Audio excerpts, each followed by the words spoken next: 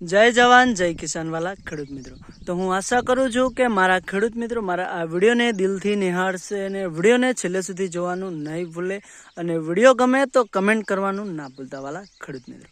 તો ચાલો મિત્રો, આજે આપણે વાત કરીશું તો કે વરિયાળીની ખેતી વિશે. અને અત્યારે જે તમને વરિયાળી જોવા મળી રહી છે, આપણે 3 વીઘાની અંદર વાવેતર કરેલું છે અને વાત કરીશું તો કે હવે આ વરિયાળીની અંદર આપણે મોટા ભાગે કઈ કઈ દવાનો છંટાવ કરવાનો છે અને ખેડૂતો વધારે પડતી કઈ દવાનો ઉપયોગ કરે છે જેથી વરિયાળીની અંદર ખેડૂતોને સારો ફાયદો અને સારી આવક મળે છે અને 1 વીઘાની અંદરથી 40 થી 45 મણ સુધીનો ઉતાર વીઘે વરિયાળીનો ખેડૂત મેળવે છે.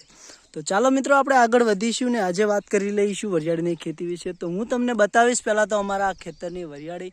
તો જોઈ શકો છો વાલા ખેડૂત મિત્રો, તમને ચારે બાજુની વરિયાળી જોવા મળી છે અને આપણી વરિયાળી એકદમ 1 નંબર છે. અને અત્યારે વરિયાળીની અંદર આપણે દવાનો છંટાવ કરવાનો છે, તો એ હું તમને બતાવી દઈશ. તો જોઈ લીધી મિત્રો તમે અમારી આ વરિયાળીને. તો ચાલો હવે વાત કરીએ તો કે હવે આની અંદર આપણે કઈ દવાનો છંટાવ કરવાનો છે. તો વાલા ખેડૂત મિત્રો, જેવી રીતે કે આ તમને અત્યારે અમારી વરિયાળીના જે છોગલા જોવા મળે છે અને આ છોગલાની અંદર મોટા ભાગે કદાચ એવો મેલો આવો જોવા કંઈક જુઓ, આવો કાબરીયો જો મેલો છે, આવી રીતે છોગલું જો વરિયાળીનું જોવા મળતું હોય તો એની અંદર આપણે કઈ દવાનો છંટાવ કરવાનો છે.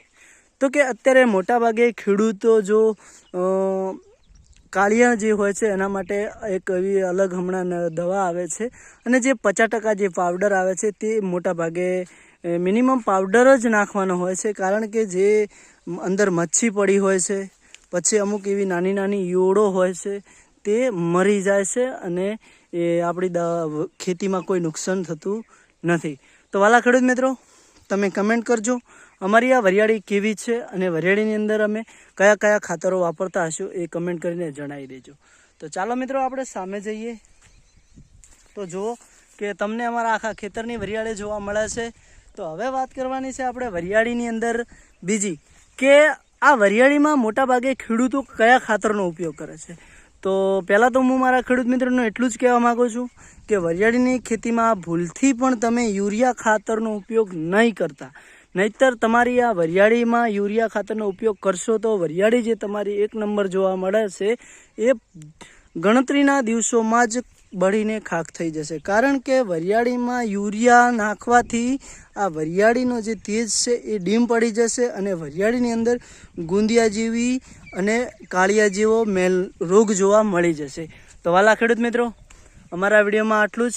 અને અમે યુડ જેવું પડ્યું હોય છે તો રિઝલ્ટ દવાનો ઉપયોગ કરીએ છીએ અને આની અંદર તમે મોટા ભાગે એમોનિયાનો ઉપયોગ કરી શકો છો. તો આજના વિડીયોમાં આટલું જ. વિડીયો ગમે તો કમેન્ટ કરજો. જય જવાન જય કિસાન વાલા ખેડૂત મિત્રો.